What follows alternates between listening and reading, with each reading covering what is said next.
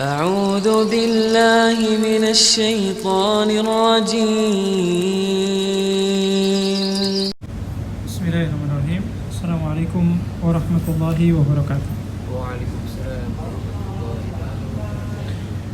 Alhamdulillah wassalatu wassalamu ala Rasulillah wa bihi nasta'inuhu wa nastaghfiruhu wa natubu ilaihi wa asyhadu an la ilaha illallah wahdahu la syarikalah wa asyhadu anna Muhammadan abduhu wa rasuluhu ma ba'd. Puji setelah syukur mari kita panjatkan kehadirat Allah Azza wa Jalla yang alhamdulillah di kesempatan siang hari ini kembali Allah berkenan mempertemukan kita semua.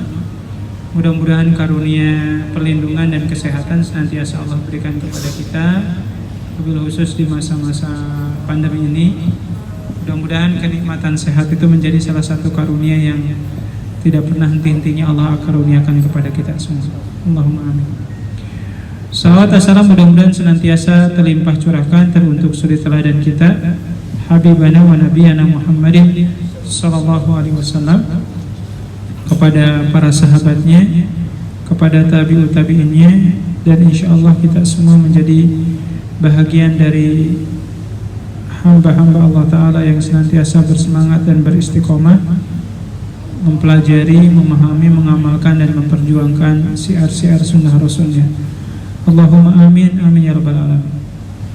Baik, ikhwati manhakullah, di kesempatan kajian kali ini, materi yang akan coba kita kaji berbicara tentang wasiat. Biasanya kalau kita dengar wasiat, ingatnya apa biasanya? Ingatnya warisan, ingatnya harta, ingatnya duit. Secara umum seperti itu. Padahal secara umum, ikhwati fillah, sebagaimana yang Allah nyatakan di surat Al-Baqarah ayat 180, A'udzubillahi minasyaitonir rajim.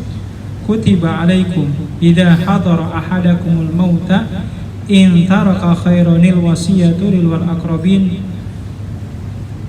Allah menyatakan telah menjadi hal yang ditetapkan oleh kami, kata Allah, idza hadara ahadakumul maut, bila mana telah tiba atau dirasakan mungkin ya dekatnya kematian kita, in taraka khairanil wasiyah, hendaklah kita memberikan yang namanya wasiat yang baik bagi orang-orang yang menjadi kerabat kita.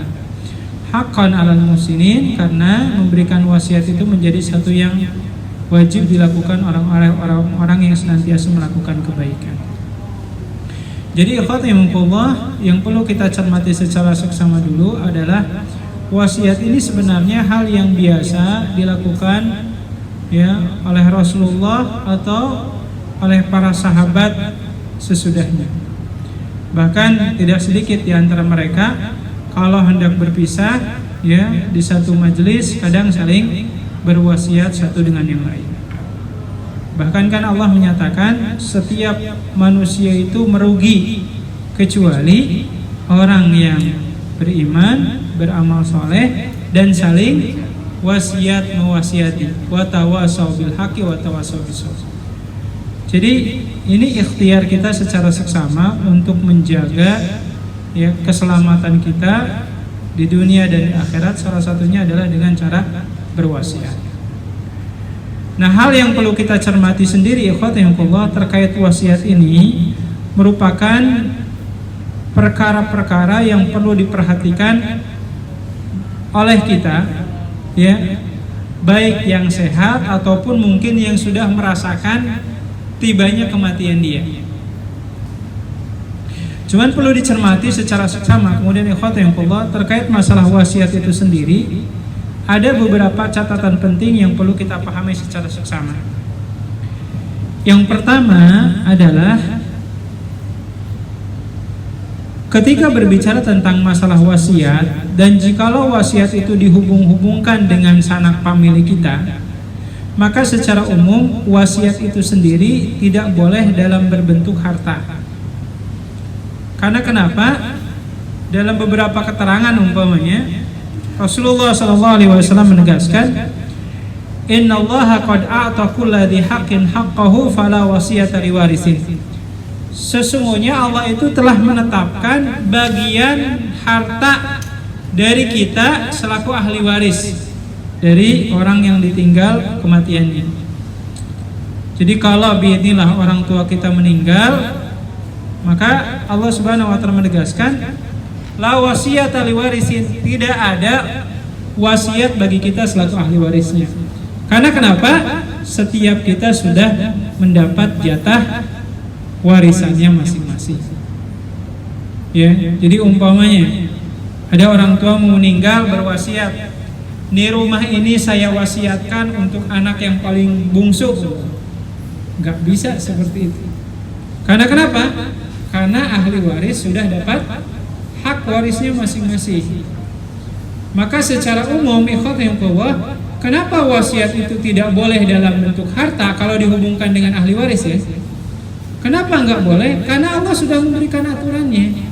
Untuk istri berapa kalau ditinggal oleh suaminya, atau mungkin untuk suaminya berapa kalau ditinggalkan istrinya, untuk anak laki-laki, untuk anak perempuan dan seterusnya berapa.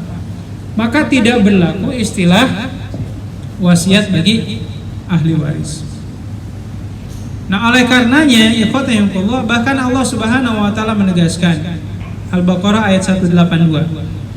Apa yang Allah tegaskan? A'udzubillahi minasyaitonirrajim. Faman khafa min musin janafan au isman fa aslaha bainahum fala isma alaihi innallaha ghafurur rahim. Dan bila mana ada di antara ahli warisnya yang merasakan adanya kejanggalan dari wasiat almarhum orang tuanya. Kejanggalannya umpamanya apa? Dalam bentuk ketidakadilan secara proporsional. Kan sudah menjadi kebiasaan kita hari ini, sebelum orang tua meninggal hartanya sudah dibagi-bagikan, alasannya hibah dan seterusnya. Nah, sebenarnya ikhwatullah, proses pembagian itu kalau diartikan hibah ya sebenarnya sah-sah saja secara umum. Tetapi yang dititik tekankan adalah nilai keadilan dari pembagian harta itu sendiri. Meskipun disadari atau tidak, cara-cara pembagian sebelum meninggal itu lambat laun menghapus hukum waris yang telah ditetapkan oleh Allah. Nah, oleh karenanya bagi kita nih selaku orang tua atau mungkin anak dari orang tua kita, harusnya jangan terlalu memikirkan berapa aset harta yang akan didapatkan oleh kita dari orang tua kita yang masih hidup. Udah biarkan saja orang tua kita ya hidup dengan penuh kebahagiaan di akhir-akhir hidupnya, hidup dan menikmati harta hasil jerih payahnya. Adapun qadar Allah, kalau ternyata nanti orang tua kita meninggal, ya anggap saja itu hadiah yang Allah berikan kepada kita. Jadi kalau yang namanya hadiah itu kan gak usah dipaksain gitu ya. Ya kalau dapat warisan alhamdulillah, kalau izin Allah Ta'ala, kalau qadar Allah Ta'ala menakdirkan kemudian hartanya keburu habis karena orang tua kita sakit, butuh pengobatan dan seterusnya, ya memang seharusnya dan sewajarnya itu hak orang tua kita secara pribadi. Bahkan yang ada kan kita selaku anaknya harusnya membantu untuk proses pengobatan orang tua kita, bukan mendoakan kapan orang tua kita meninggal. Kasihan. Enggak seperti itu. Maka ada satu kisah ikhwatullah, di zaman Khalifah Utsman bin Affan, ada seorang sahabat Nabi namanya Abdurrahman bin Auf. Beliau kan sahabat yang kaya raya ya. Tapi di akhir-akhir kehidupannya beliau menceraikan istrinya. Namanya itu Tamadur bin Asbag al-Kalbiyah namanya.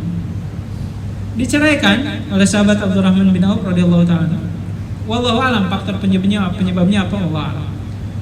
Cuman yang pastinya menceraikannya itu pasti ada pertimbangan syariatnya. Karena kan redaksi hadisnya jelas. Ayyuma rajulin talaqum ra'atahu min ghairi diba'sin lam yajid raihatal jannah.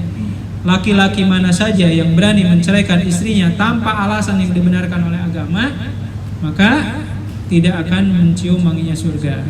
Nah, kalau ada pertimbangan agama nggak jadi masalah, hak. Nah, Abdurrahman bin Auf radhiyallahu ta'ala beliau menceraikan istrinya di detik-detik terakhir kematiannya. Sesudah meninggal, sebut saja mantan istrinya ini kemudian menggugat ya akad cerai yang sudah diberikan oleh almarhum suaminya.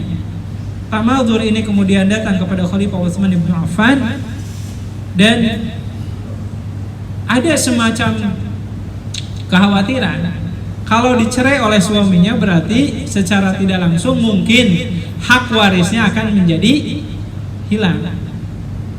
Padahal sebenarnya nggak secara otomatis wanita dicerai langsung hak warisnya hilang.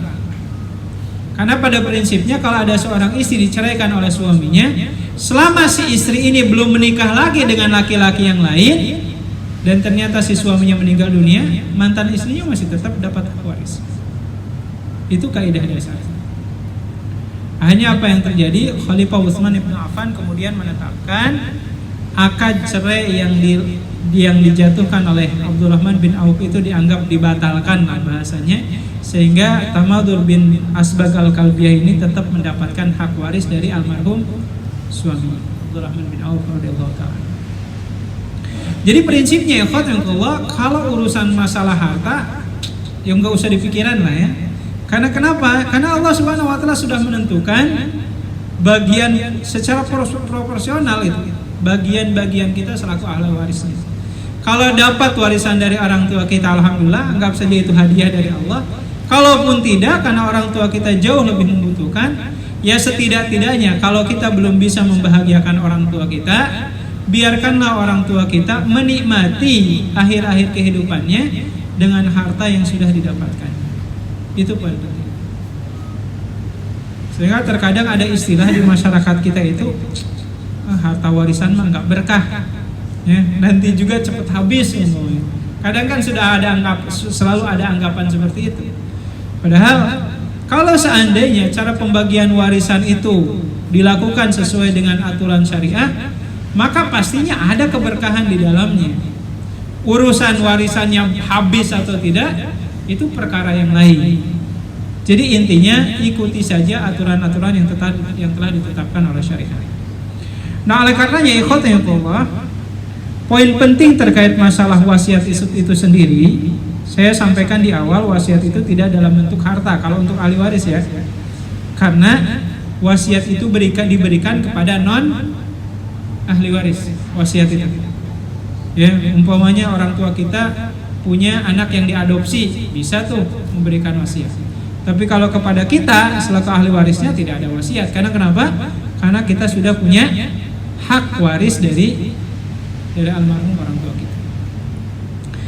Nah, terkait warisan, terkait wasiat itu sendiri, ikhwatillah, hal yang perlu dicermati terlebih dahulu adalah wasiat dalam bentuk pelunasan hutang. Ya. Jadi kalau seandainya ya, warisan yang disisakan oleh orang tua kita adalah hutang orang tua kita, gitu. Jadi nggak mesti warisan itu dalam bentuk uang ya. Qadarullah orang tua kita umpamanya, naudzubillah, hidup dalam akhir kehidupannya, hidup dalam kondisi kesusahan, bahkan butuh pengobatan dan terusnya, akhirnya memiliki hutang, maka harusnya wasiat dalam bentuk hutang inilah yang perlu didahulukan. Terkait hal ini, ikhwatillah, ada hadis yang sahih di mana Rasulullah SAW menyatakan seperti ini. Ad-dainu dainani, kata Rasulullah. Hutang itu ada dua jenis. Ya, hutang itu ada dua jenis. Apa itu? Kata Rasulullah, "Faman mata wa huwa yanwi qada'ahu fa ana waliyuhu." Orang yang berhutang sampai dia meninggal dan orang ini punya niatan yang kuat, usaha yang keras untuk melunasi hutangnya, tetapi tidak bisa terlunasi keburu meninggal, maka kata Rasulullah, fa ana waliyuhu, tidak perlu khawatir, akulah yang akan menjadi pelindung atas orang ini. Ya, tapi jangan niat-niat doang, gitu ya. Niat-niat doang. Jadi harus kelihatan ikhtiarnya, ya, harus kelihatan hasrat dan doanya untuk bisa melunasi hutangnya. Dan yang kedua, ikhwatillah, man mata wa huwa la yanwi qada'ahu, adalah orang yang punya hutang dan dia tidak punya hasrat serta keinginan untuk melunasi hutangnya sampai akhirnya dia meninggal. Maka kata Rasulullah, fadzalika alladzi yu'khadhu min hasanatihi laisa yauma idzin dinarun wala dirham. Maka jenis hutang seperti ini yang kelak akan dipinta pertanggungjawabannya di hadapan Allah, dan jikalau si pelakunya tidak bisa membayar atau ahli warisnya tidak bisa melunasi, maka seluruh kebaikan orang ini itu akan diminta oleh Allah Ta'ala untuk menutupi dan melunasi hutang-hutangnya kepada orang-orang yang sudah memberikan pinjaman kepada dia. Dan sesungguhnya kata Rasulullah, di hari kiamat itu kita tidak bisa lagi melunasi hutang kita dengan dinar atau dirham. Gak bisa kita lunasi hutang itu dengan uang di hari kiamat nanti. Yang bisa melunasi itu hanya adalah kebaikan kita. Mending kalau punya kebaikan. Masalahnya kalau umpamanya kebaikan dan keburukannya 50-50 ya, 50-50 ya, mau diambil kebaikannya berat keburukannya. Dan ketika seluruh kebaikannya udah habis, keburukan orang lain yang meminjamkan uang kepada kita itu akan diberikan kepada kita sebagai bentuk kompensasi atas hutang yang tidak dibayarkan. Ya, meskipun kalau minjam uang ke bank ada asuransi ya. Tapi jangan ngarep ya. Gak apa-apa lah ya, minjem uang ke bank, nanti kan kalau meninggal langsung dilunasi. Masa pengen lunas dengan mati duluan, kan itu nggak elok seperti itu ya. Nah oleh karenanya ini poin penting nih, kalau ada di antara kita biidznillah ya punya hutang, atau qadarullah ada di antara saudara kita yang sudah merasakan detik-detik kematiannya sudah tiba, maka harusnya yang kita ingatkan adalah wasiatnya dalam bentuk hutang tadi. Ingatkan kalau dia punya hutang ke si fulan dan seterusnya. Dan ini terjadi dalam hadis riwayat Imam Bukhari. Di pertemuan yang lalu saya pernah bercerita ada seorang sahabat Nabi namanya Abdullah bin Haram. Ya, Abdullah bin Haram ini boleh dikatakan satu di antara sahabat Nabi ketika meninggal dunia arwahnya sudah bisa langsung bercakap-cakap dengan Allah Subhanahu wa taala tanpa ada hijab sama sekali. Nah, ternyata ya beberapa hari sebelum kematiannya beliau mati syahid di perang Uhud. Saat itu diceritakan oleh anaknya yang bernama Jabir bin Abdullah radhiyallahu taala anhu. Disebutkan seperti ini. Lamma hadara Uhud da'ani abi minal laili. Ketika perang Uhud akan berkecamuk, malam sebelumnya ayah saya itu memanggil saya, kata Jabir. Apa yang dikatakan oleh ayahnya? Ternyata ayahnya ini berkata-kata, inna alayya dainan faqdi. Wahai anakku, saya ini punya hutang ke si fulan, saya berwasiat kepadamu, bahasanya ini uangnya tolong kamu bayarkan. Ya. Falamma asbahna, dan ketika pagi harinya terjadi perang Uhud dan perang itu berkecamuk, maka disebutkan fakana awwala qatirin fi Uhud. Sahabat Nabi yang paling pertama meninggal dunia di perang Uhud itu adalah ayahnya yang bernama Abdullah bin Haram. Jadi bisa jadi ikhwanillah, bisa jadi punya hutang itu menjadi penghambat kita untuk mendapatkan kebaikan. Dan di sisi yang lain, mempercepat untuk melunasi hutang itu bisa membuka keberkahan yang hendak Allah berikan kepada kita. Ya. Karena walau bagaimanapun ikhwanillah, kata Rasulullah, ada 3 kelompok yang haqqallahu alaihim dimmatahum. Allah wajib menolong orang ini. Ada 3 kelompok. Yang pertama, mujahid fi sabilillah, orang yang berperang di jalan Allah. Yang kedua, al-mukatab alladhi yuridul ada, orang yang punya hutang dan bertekad untuk melunasi hutangnya. Itu Allah wajib menolong dia. Dan yang terakhir, an-nakih alladhi yuridul afaf. Bahasa kita yang masih jomblo dan punya niatan untuk menikah. Atau ada yang mau nambah? Jadi ini 3 kelompok Allah wajib, kata Rasulullah, haqqullahu alaihim dimmatahum. Allah wajib menolong orang itu. Orang yang berperang di jalan Allah, orang yang punya hutang dan bertekad untuk melunasinya. Tapi jangan sesudah tahu hadis ini akhirnya ramai-ramai berhutang ya. Dan yang terakhir, pemuda yang berhasrat ingin cepat-cepat menikah. Karena ternyata ikhwatimullah, ketika nanti kita meninggal dunia, arwah kita itu dibawa ke langit ketujuh itu, dan insya Allah nanti kita bertemu dengan arwah-arwah orang yang soleh kalau kita memang orang soleh meninggal. Dan ketika arwah orang soleh ini meninggal dunia, di antara bentuk pertanyaannya salah satunya adalah apakah si fulan itu sudah menikah atau belum? Ya. Jadi umpamanya di sini siapa yang belum nikah? Mas Pri lagi. Allah umpamanya kalau orang tua Mas Pri inilah suatu saat nanti meninggal, ketika orang tuanya ketemu dengan leluhurnya atau dengan siapapun, ditanya salah satunya adalah, Pak Pri udah nikah lagi belum? Itu dia. Nah, mudah-mudahan ini jadi motivasi bagi kita semua. Amin. Motivasi untuk melunasi hutang, ya, bukan menambah hutang. Nah, itu poinnya. Nah, oleh karenanya ikhwatimullah, Allah Subhanahu wa taala kemudian menegaskan, ya, di surat Al-Baqarah ayat 180 sampai ayat 182 itu, bahwasannya ketika wasiat itu sudah diikrarkan oleh seseorang, maka di antara bentuk adabnya kita itu adalah la budda minal istijal. Wasiat itu jangan diakhir-akhirkan. Kalau memang jenazahnya sudah dimakamkan dan seterusnya, jangan diakhir-akhirkan. Termasuk dalam hal ini juga terkait pembagian harta warisan. Saya banyak menemukan fenomena, ya, ada satu keluarga yang mendapatkan warisan dari almarhum orang tuanya, katakanlah berupa sepetak tanah yang lokasi tanahnya itu strategis. Akhirnya umpamanya kesepakatan bersama, jangan dulu kita bagi-bagikan tanahnya, jangan dulu dijual, nanti harganya biar naik dulu. Itu zalim seperti itu. Karena bisa jadi, ya, tanahnya belum kejual, salah seorang di ahli warisnya keburu meninggal dunia. Haknya mungkin masih bisa dapat diberikan kepada anak istrinya, tetapi si orang ini yang meninggal harusnya bisa menikmati warisan dari almarhum orang tuanya, hanya karena menunggu-nunggu harga tanahnya naik, hanya dia tidak sempat menikmati warisan dari orang tua.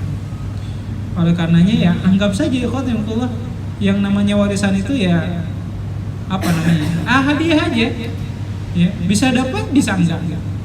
Kalau dapat alhamdulillah, kalaupun enggak, ya berarti itu bahasanya kesempatan bagi kita untuk berbanyak berbakti kepada orang tua kita semua. Jadi itu yang pertama, ikhwatimullah, berbicara tentang wasiat, hal yang harus diprioritaskan itu adalah masalah pelunasan hutang. Lalu kemudian yang kedua, Allah Subhanahu wa taala dalam hal ini menyatakan di surat Al-Maidah ayat 106 sampai 108. Ketika seseorang akan menyampaikan wasiatnya, maka hendaklah ikrar dari wasiat itu disaksikan minimal oleh 2 orang laki-laki. Ya. Jadi jangan sampai umpamanya ada di antara kaum kerabat kita berkata-kata seperti ini. Dulu almarhum bapak kamu sudah berwasiat tanah ini akan diwakafkan.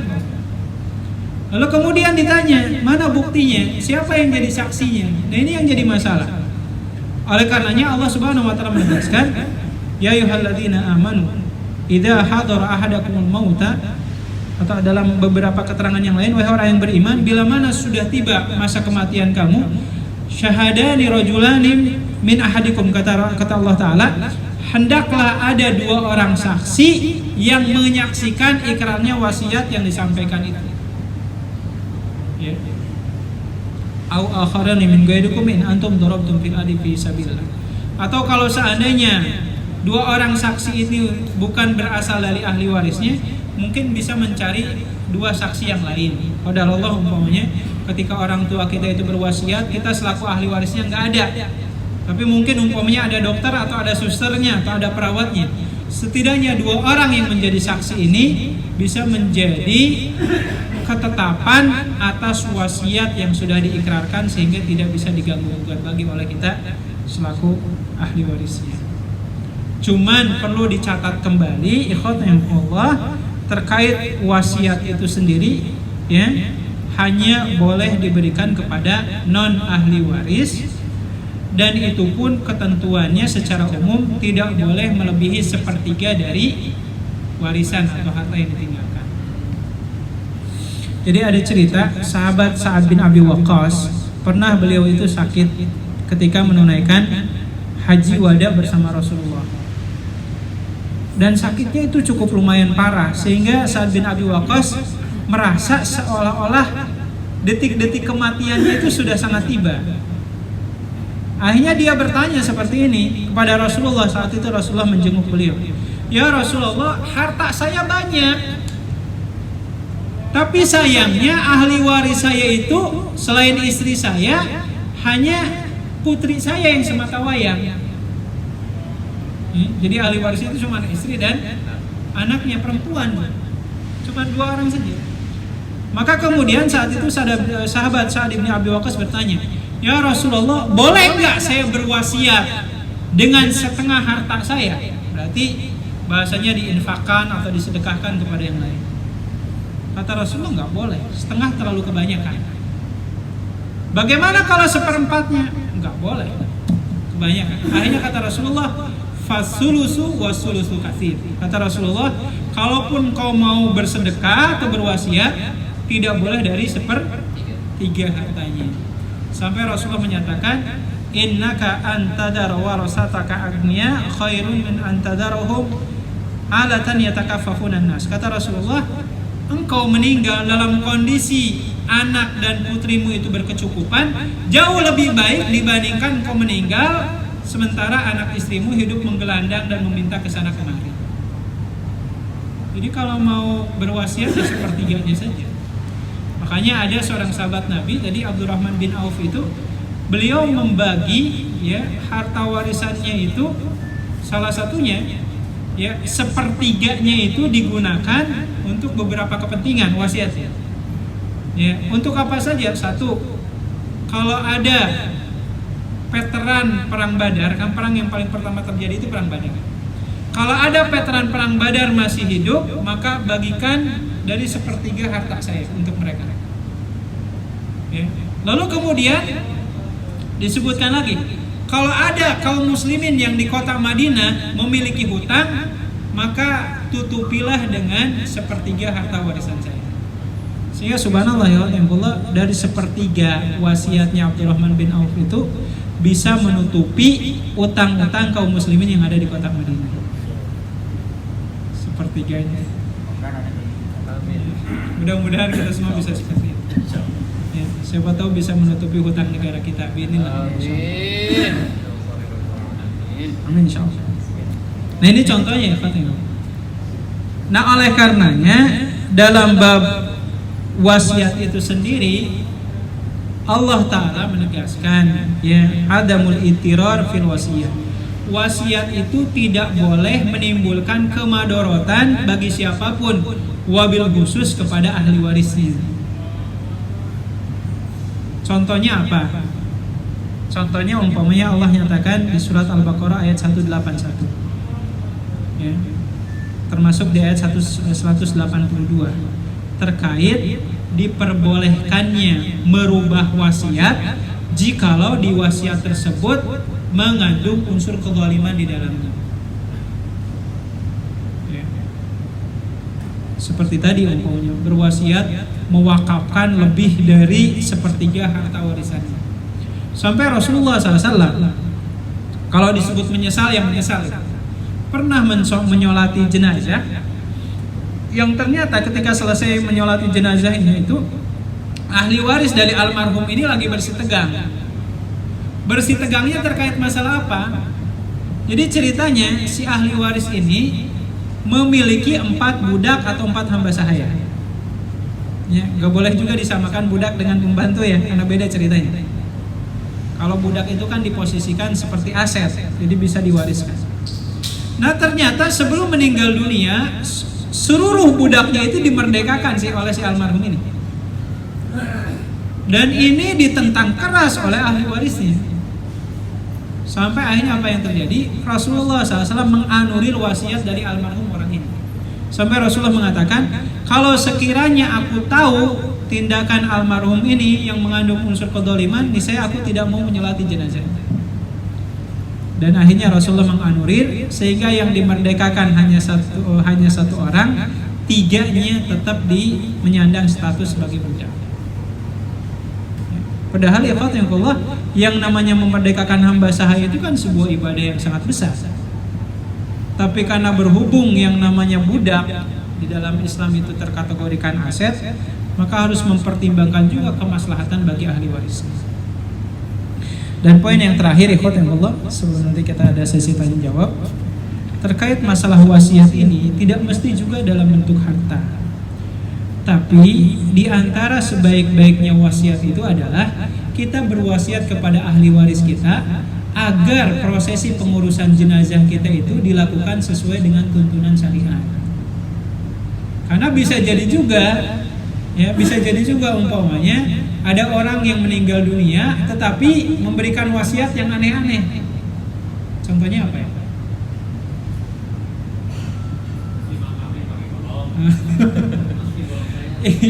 Intinya yang bertabrakan dengan aturan syariat lah.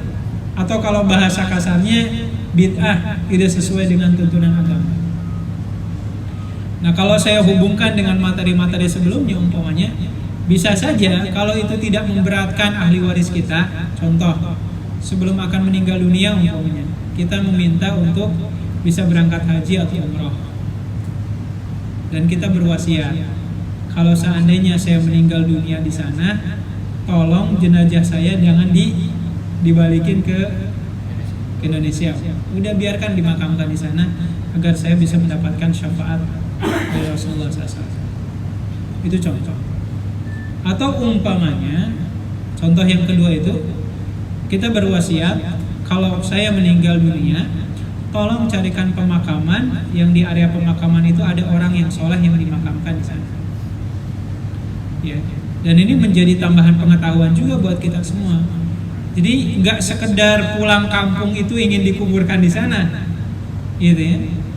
Tapi juga kita mempertimbangkan kira-kira di pemakaman yang ada di kampung kita itu ada orang solehnya enggak, atau setidaknya mungkin yang menyandang kiainya umpamanya, dengan harapan kita meminta keberkahan atas orang-orang yang soleh yang dimakamkan di sana. Nah, ini contoh-contoh sederhana saja ya Pak. Jadi ternyata kalau dalam bab kajian wasiat yang berhubungan dengan ahli waris, tidak 100% mesti berhubungan dengan harta. Justru secara umum wasiat itu tadi berhubungan dengan masalah pelunasan hutang atau berhubungan dengan hal-hal yang kebaikan yang bisa jadi mungkin kita selaku ahli warisnya justru yang mengeluarkan biaya, bisa jadi seperti itu. Nah, inilah mungkin poin pentingnya dari materi kita di kesempatan kali ini. Mudah-mudahan sedikit banyaknya menjadi atau menambah hasanah. Kita akhiri dengan istighfar, alhamdulillah, dan doa majelis. Astagfirullahaladzim, astagfirullahaladzim, astagfirullahaladzim. Alhamdulillahirabbil alamin. Subhanakallahumma bihamdika, asyhadu an la ilaha illa anta, astaghfiruka wa atubu ilaik. Assalamualaikum warahmatullahi wabarakatuh.